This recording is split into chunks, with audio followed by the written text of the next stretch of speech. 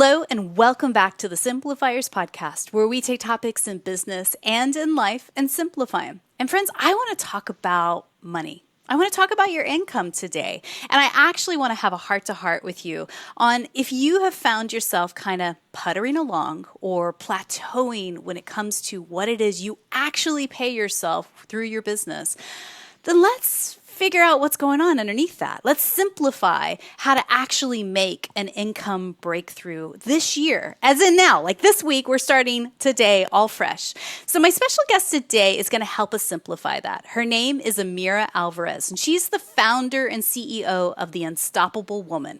It's a global coaching company that is helping entrepreneurs, empire builders, and rising stars in all fields achieve their goals and dreams faster than they ever thought possible.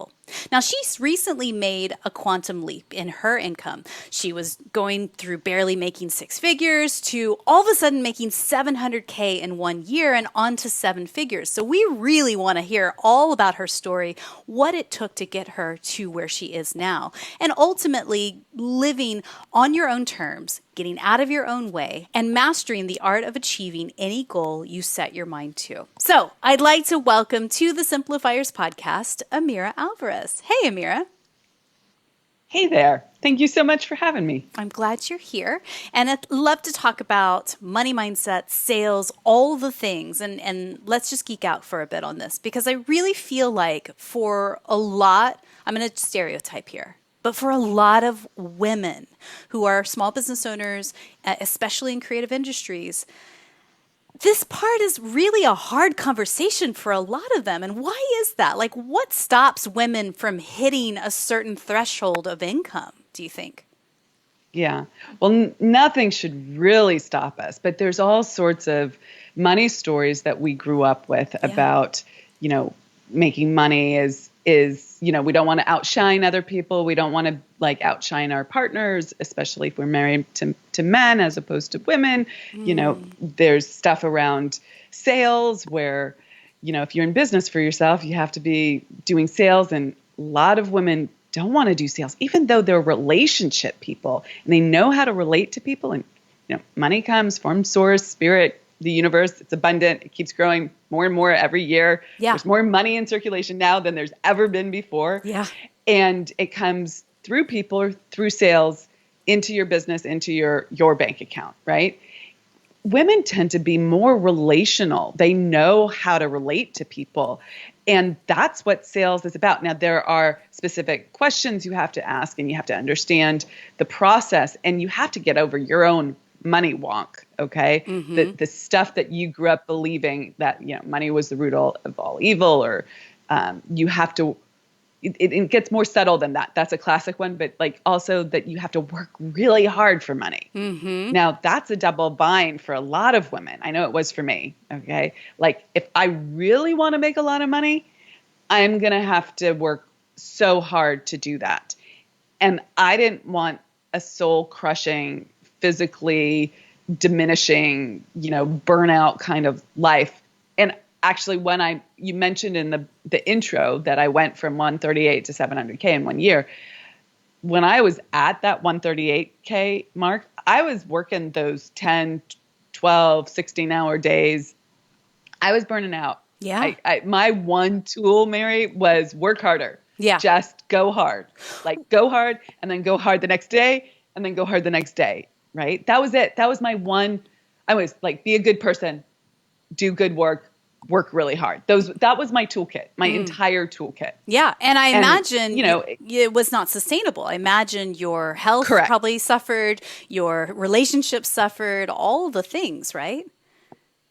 Yeah, absolutely. So my come to Jesus moment, right? The place where it dawned on me where I was like, this is unsustainable was, another day where I'd woken up 6:30 in the morning, maybe earlier, sitting in bed with my laptop, wasn't a client day, worked all day long.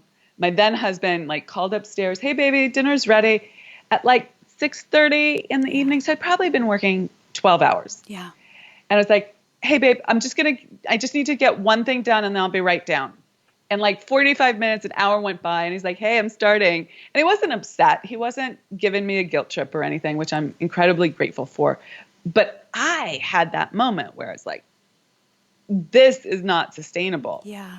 There's so much more to do. And the rub, Mary, was that I was at the end of the day and I hadn't showered. I hadn't brushed my teeth. Like, this is gross. Okay. Like, I was in the clothes that I slept in, which weren't the sexy silky thing. It was like the dog hair covered sweats and the baggy t-shirt. Like, I wasn't valuing myself. Yeah. And I was on this like hamster wheel of never enough. And it was at that point, that was my moment where I was like, okay, there's got to be a different way. And I looked out there and I was like, what does Beyonce do? What does Oprah do? What do these powerhouse women? And I also looked at men too, because I just was looking at what does success look like? How do they do it? And I went on a bit of a journey around that, and I studied success, and I hired a mentor, and my world freaking changed. Yeah. Like, well, and quickly. I can imagine because, I think that for a lot of women who are just starting out, it's like the expectation versus reality, right? So they buy into this myth that is perpetuated either by social media, Instagram, or this hustle harder mentality of like, if you put more hours in, you're going to equate more income and more success, which is obviously not true. And what I always think is fascinating is that, in that process, you become the world's worst boss. Like, you left your corporate 9-to-5 job to start your own business because you're like, I'm never going to work for somebody else again who's that horrible. And then all of a sudden you turn into your own worst enemy, right? And I can say that because I've certainly had seasons of that in my own life. I've been in business 17 years now. It's insane. And yes, I have seen the vicious cycle of comparing yourself to other people's very filtered success online and assuming that this is the only path. I'm not doing enough or I'm doing it wrong. Like, those are some of those deep anchors of mindset that are keeping people stuck in that hamster wheel, right? Absolutely. And here's the thing. I'm not going to lie to you. I love my work and I put in a lot of hours. I am not the 4-hour work week. Yeah. Like, I am not the like take a week off a month and go chill. Yeah. I'm in love with my work. It is my baby and it feeds me. Yeah. But the difference between how I engage with it now and how I was doing it 4 years ago is that I had a monkey on my back and like a tiger chasing me. Yeah. Like, I was under so much stress and adrenaline, and I couldn't keep up. Yeah. I just couldn't keep up. And my mindset, my mental attitude about it was, I'm just not enough. I can't do enough. And I was living out that identity day in and day out. And now, like, the after story is, although I put in a lot of time because I love it, my attitude around it is, this freaking lights me up. I love this. Yes. Yeah. It's fun. I might be, rushing from one thing to another occasionally. Like, right before this podcast, I was like, where are my headphones? And we had just done this big retreat that my team had grabbed the headphones for, and they were still in the materials suitcase. And I had no idea. And I'm like, oh my God, I have 5 minutes, right? There are times like that. Like, it's just going to happen. We're right? human. That's it. But of course. So it's not that I like a little bit of fast pace to my daily energy. And I think this is actually an interesting one to play with, Mary, because there is this zeitgeist out there, this cultural idea that, like, you need a certain amount of downtime. You need a certain amount of self-care. If you're working too many hours, you're not taking care of yourself. And I think that's just as damaging as the go hard, hustle all the time mentality. I think, one, you need to find your rhythm, what really lights you up, and don't let anyone else guilt you into thinking it's not that.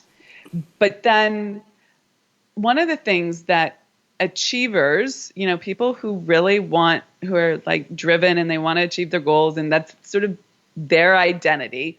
And I'm raising my hand to that. Action is a balm. Like sometimes the thing that is making you stressed and unhappy is that you're not taking action on something.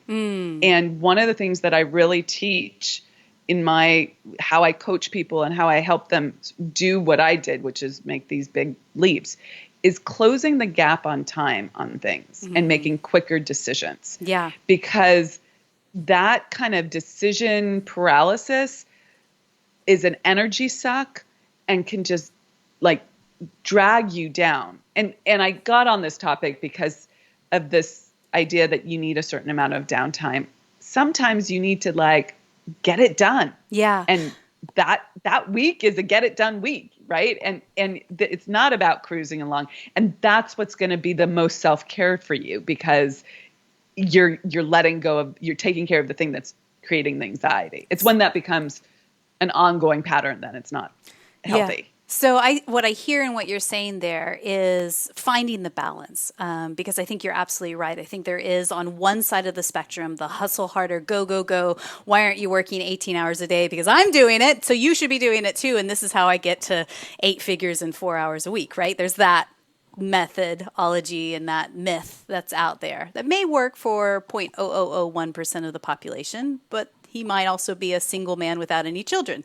And then there's the other side of the spectrum that is like, yes, very soothing and nurturing and slow down and in that you can get stuck in no action at all, where you're just sort of dreaming about a business, but not actually making decisions or moving forward. Is that what you're saying? It's like finding where in the middle that makes most sense for you, right?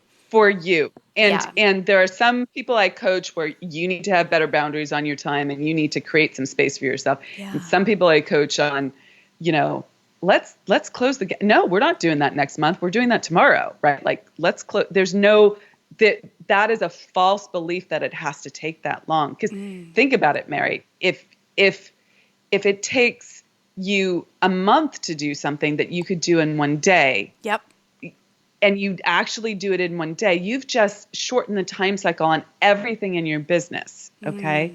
It closes the gap on time. You do things faster, and you don't expend that energy on not having done it and like the worry, the percolation around it. And I think a lot of times people don't, it's not a conscious decision sometimes, like they just assume, because they just don't know what they don't know, right? So they are like, well, Correct. I've got these things that I want to do.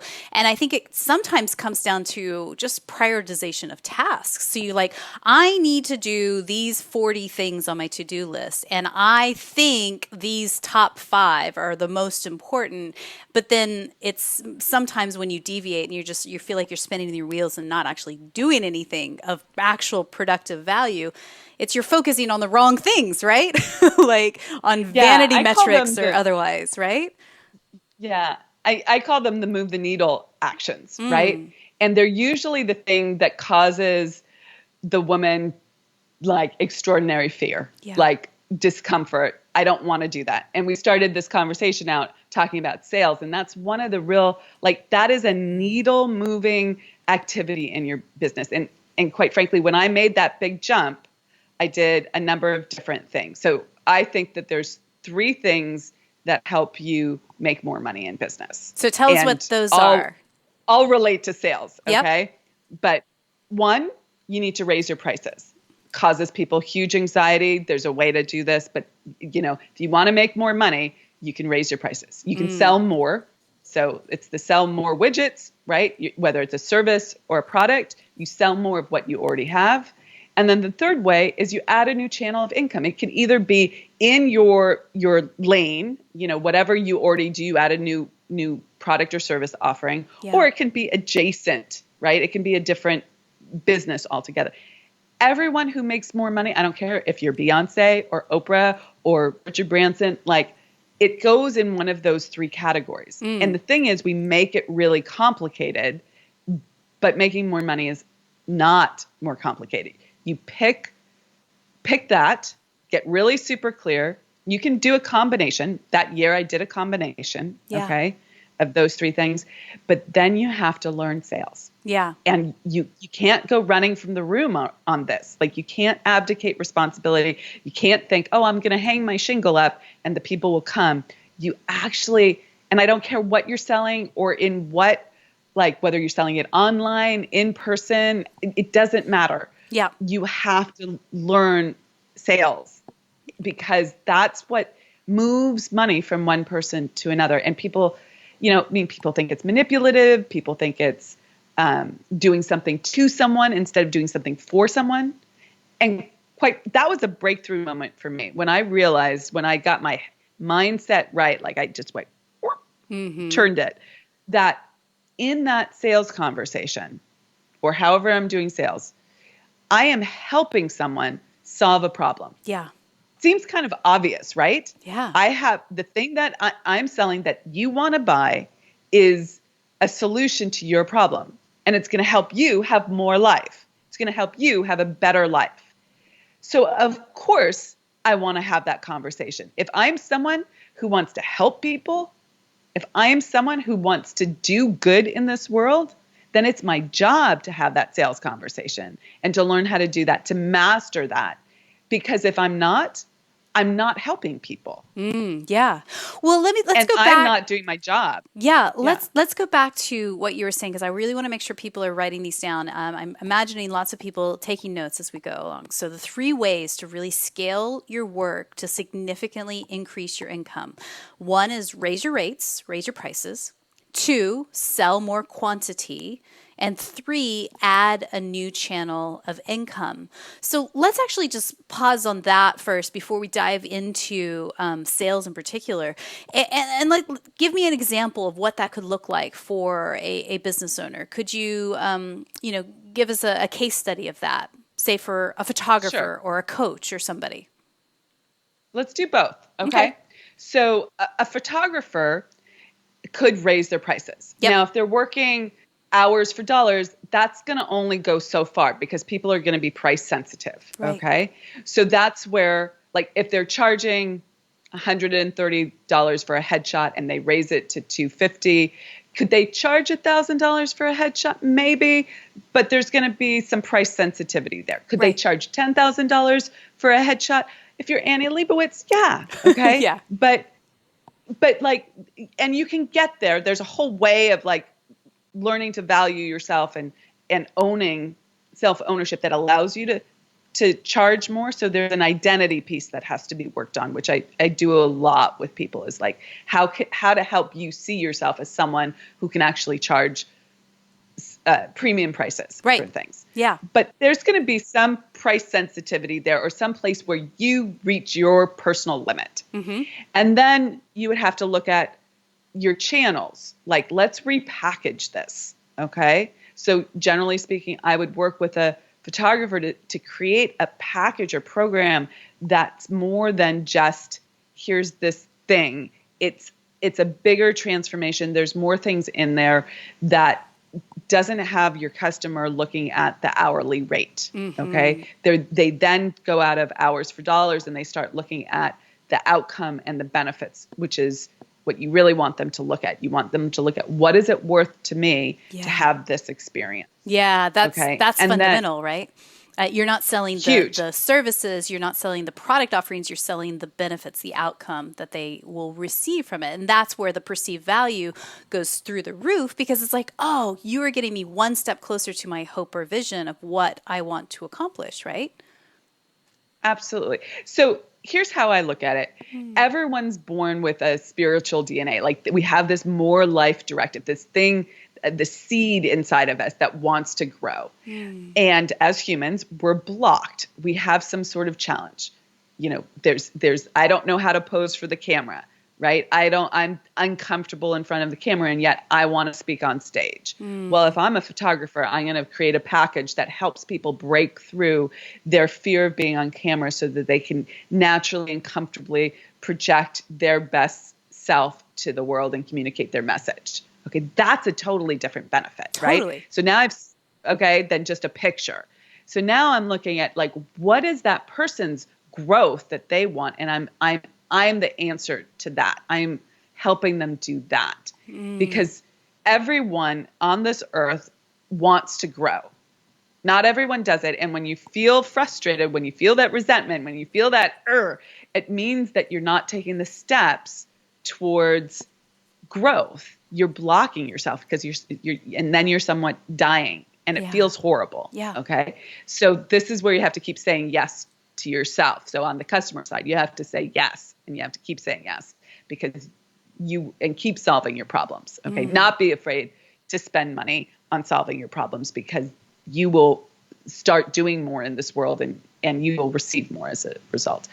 And then that middle piece of like selling more, then we have to look at your capacity, right? Are you someone who wants to be working every day?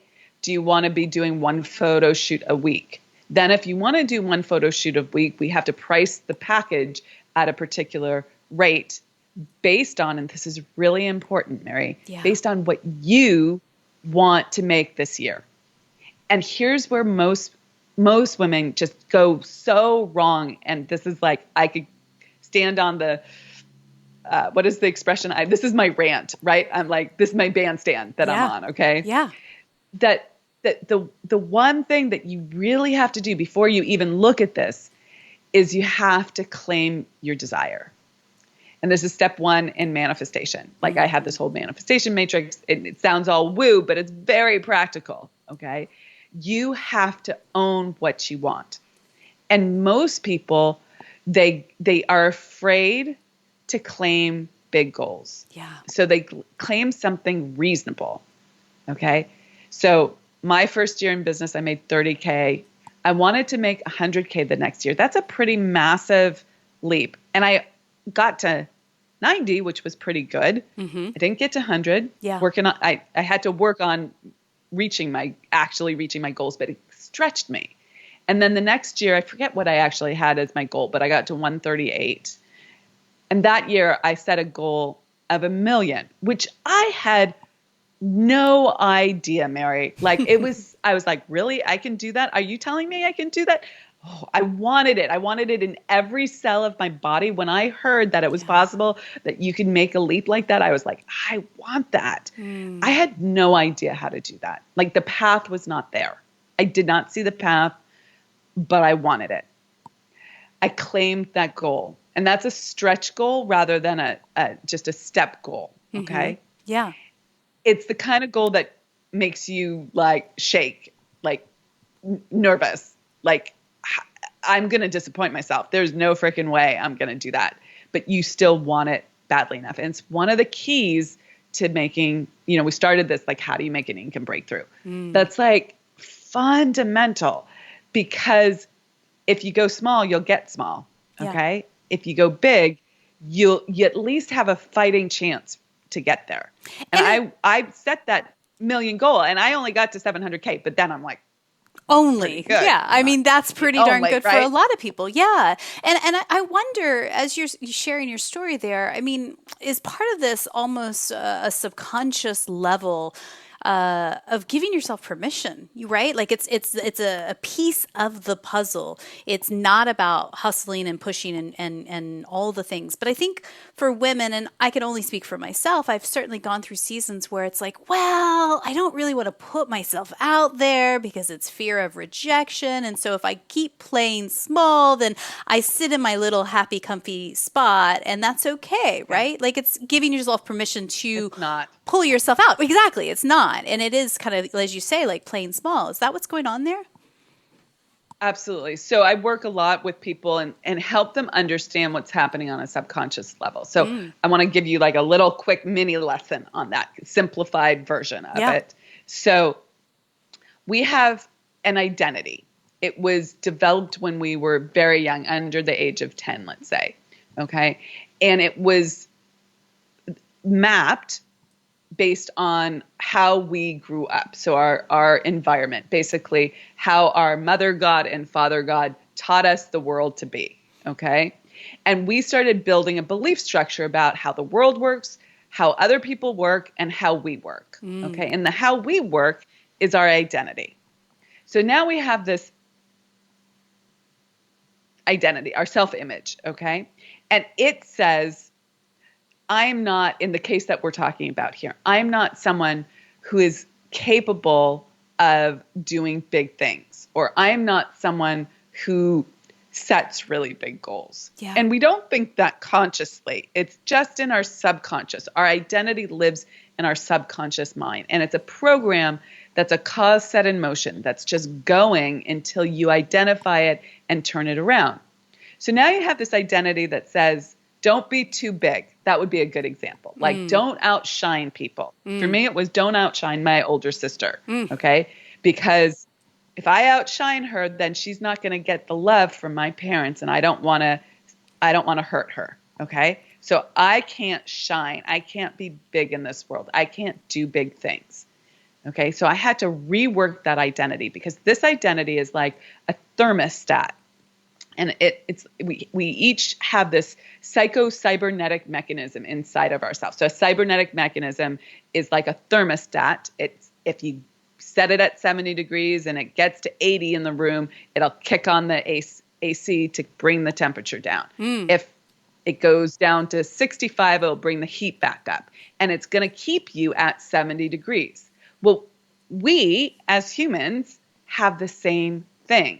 So you have this identity, you set this big goal for yourself, okay, or a small goal, doesn't matter, either one. You're not going to get that if your identity says don't outshine people. Right. Don't be too big. Don't be visible. It's going to keep you at 70 degrees. So in what you're saying, I mean, I think that if you're listening to this right now, you're going, well, is that actually true? Like, well, then press pause right now and do some journaling, set a 7-minute timer and say, like, really do this work that Amir is talking about. Of like, well, what is my desire? What is my hope for what I earn this month, this quarter, this year? And write it down. And just test it. And I think that's a part of it. So I really want to dive into, you have these 7 questions for reaching 7-figure sales. And I know that some people are going, well, God, I'm barely making 40K this year. How could I possibly get to 7 figures? And again, that's back to what Amira is talking about, of resetting your inner thermostat here. So let's go with the fact that you can, in fact, make 7 figures this year as an assume. What are those 7 questions that we need to be asking our prospective clients and existing clients for renewal work?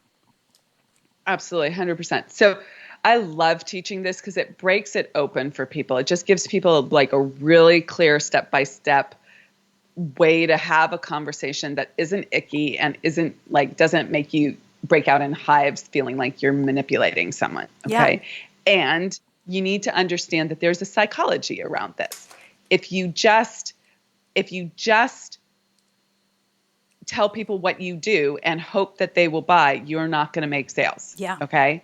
I'm just going to be straight. So you have to learn some psychology around this. And it's one of the things that if you can step forward and learn it, it will change everything for you, because it's actually one of the biggest personal growth journeys that you'll go on. Like, if you want to know how I went forward and like built a 7-figure business, it was mastering this. And so I just need to emphasize that. Okay, let's do the questions. Mm-hmm. Okay, first question we've sort of already talked about, which is, what do you want? You need to know what the other person wants, because how dare you sell them something before you even know if it's something that's going to help them? Yeah. Okay, it's your job to understand them. So what do you want?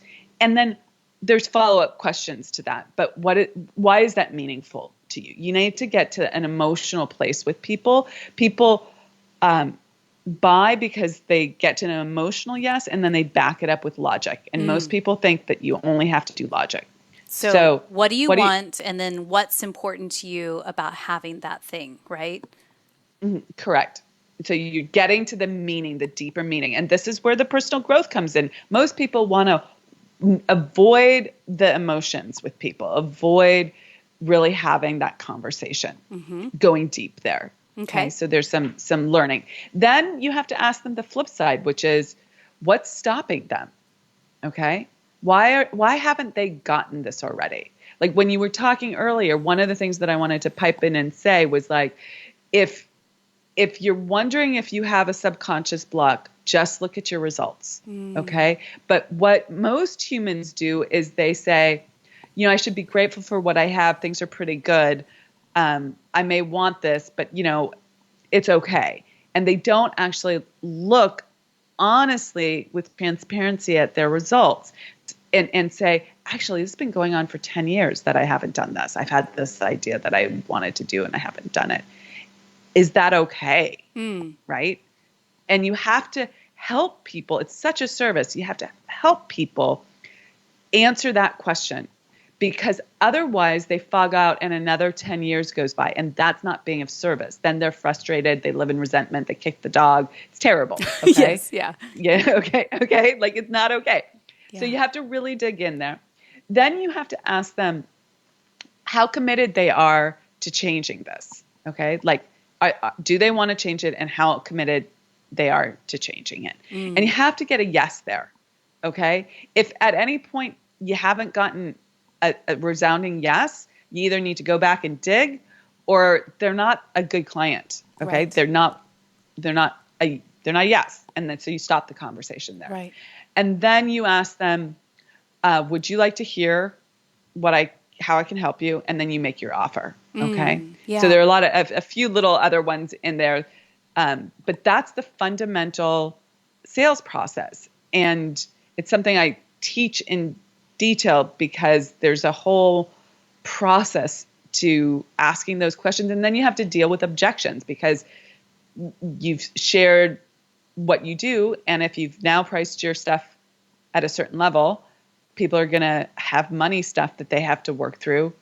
And you have to work through your money stuff so you can be present there and really help them say yes to what they want without manipulating people, without talking people, arm twisting. No, there's no arm twisting that's required here. Right. And we're talking about ethical sales here. You have a solution to their problem that will help them get them one step closer to their hope or vision, or one step away from their greatest fears or their present pains. So I want to recap those 7 questions for people as they're listening, just so that you've got them right at the forefront. So question 1, what do you want? And then what's important to you about having that? Question 2, what's stopping you from having what you want? 3, so are you saying, as in like repeating back to them, so you're clarifying that you heard what they said, and that everything's clear there. Question 4 is, what happens if you don't solve that thing? And I can hear the truth in that, because then you're really getting clear on how big of a priority is this to them. This is 1 to 10 in essence. Follow that up with question 5. Are you committed to solving this? Because you can't force anybody to make a change unless they're on board 100%, right? How many times have we all signed up to go to a gym and then never go to the gym after we get the membership, right? And 6, what would you like to hear about what I can help you with? And 7, being very upfront and just saying, would you like to get started today? Asking for the sale. Yeah. You got to do it. You have to ask for the sale. Yeah. And so with my clients, they'll train under me, and I have them record their sales calls. It's terrifying for people. Okay. It's horrible. All the oh my God, I'm going to be judged. I don't judge you. Okay. But all that stuff comes up, and inevitably the first sales call that I get from someone, they haven't asked for the sale. You have to ask for the sale. It doesn't count to say, oh, great, you like that. Like, you actually have to say something like, so do you want to get started?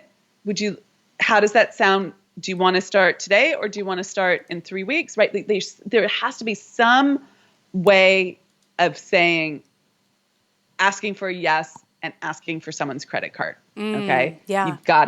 You've got to take those next steps. And we have money wonk about that, and we have to move through it. So yeah. Yeah. Well, if all of this is intriguing to you, I highly recommend checking out Amira's website and her podcast as well, The Unstoppable Woman. So check that out online at theunstoppablewoman.com. You have a breakthrough summit actually coming up May 14th to the 16th, 2021, correct?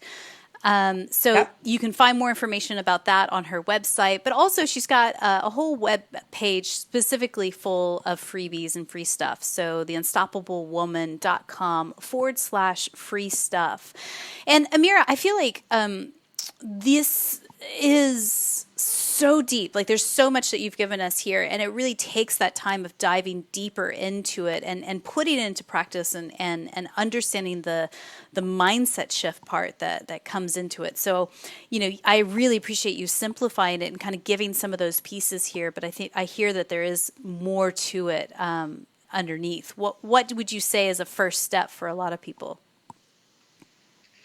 So if you're interested in sales, can I share another link? Sure. Mary? Okay. If you're interested in sales specifically, and I think this is the needle moving action in business, then we're doing a sales intensive, and you can read about that at theunstoppablewoman.com/sales. It's virtual. It's fabulous. Go check that out. Fabulous. Okay. The first step, I mean, it's saying the thing that I mentioned already, but I'm going to add to it a little bit. You have to claim your desires. You have to own what you really want. And you can't make that small, or you can't make yourself small. And then you have to figure out, what are these blocks internally, the subconscious programming that's keeping you from really shining in this world and doing your work in this world, making your impact. Yeah. And maybe you don't want to make 7 figures. Maybe you just want to make 6 figures, which is awesome. Okay. Like, start where you're at and really claim it. The ways, when you decide that you're going for it, the ways and the means come to you. Okay. You might need to get help. Okay. There's always a way to fast track it. But when you decide, decision is so powerful.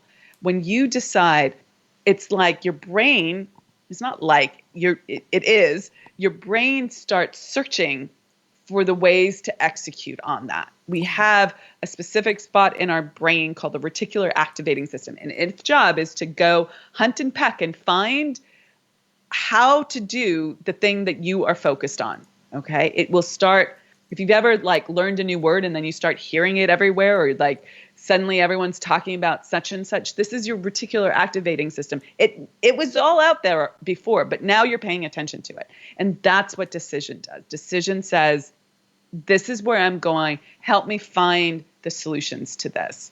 So decide, and then go for it. Yeah. I 100% agree. And I think that is so true. I've seen it in my own business. And, even think about your health goals. If you've made a decision, I was speaking to a friend of mine who's an athlete, and it applies there to the same. He said, I very early on have an identity that I am an athlete. And so that identity is the foundation to building, the 6-pack of abs that he has and all the things and who he, the athletic career he's had over the years. And the same applies here in business and in life as well. So, Amira, I have a few questions as we wrap up that I like to ask everybody. And again, thank you so much for your time today. So, first question is this: what is one book or blog that you're reading these days that's either inspiring you or poking holes and challenging your belief system? So I have one book that I read constantly, okay? And then several books that are by my bedside table that are part of my library, and then all the new books that I'm a reader, okay? It's just nonstop. But the book that I'm going to give you and your audience today is Think and Grow Rich by Napoleon Hill. It's a classic, and it's one that I read every single day, and I actually teach it. We have a morning mindset program that's free, and you can get a little audio every day from me on a particular section of it. So that's one that has absolutely fundamentally changed my life. If you're interested in this idea of how to set goals and how to stay persistent and how to really go for it, it's a game changer. So I would just everyone needs to have that on their bedside table. That's my great my recommendation. go-to there. I love that book, and we'll put a link in the show notes if you guys want to check that out. Of course, all the things we talked about in today's episode you can find over at the simplifierspodcast.com. So tell me, who is one person in your network, somebody that you know personally, you just feel is up to brilliant things? We could shine a spotlight on them. Who knows? Maybe one day we'll have them on the podcast.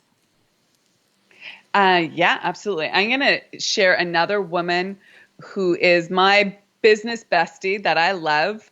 We have very parallel paths. We both have built our businesses at the same time and done pretty extraordinary things growing our businesses. And she also teaches sales. So I think we live in an abundant universe and there's no scarcity, and competition is not where I'm at. It's all about working on a creative plane. And she has a different, we teach sales very similarly, but she teaches sales as a spiritual practice, which I just think is a brilliant way of describing it. And her name is Jessie Johnson, and you can find her at Jessie Johnson Coaching. And I love her to pieces, and she's super smart. So if your audience wants more on sales, you can find me, find her. It's all good. Brilliant. Well, we'll link her up in the show notes for people as well if you guys want to check her out. So I believe gratitude and simplicity go hand in hand. Tell me, what are you grateful for today?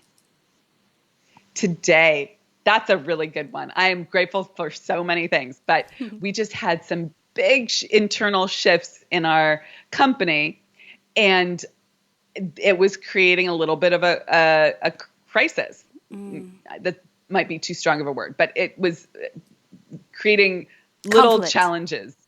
Not conflict. Let me be more transparent. So we are an 8-person company.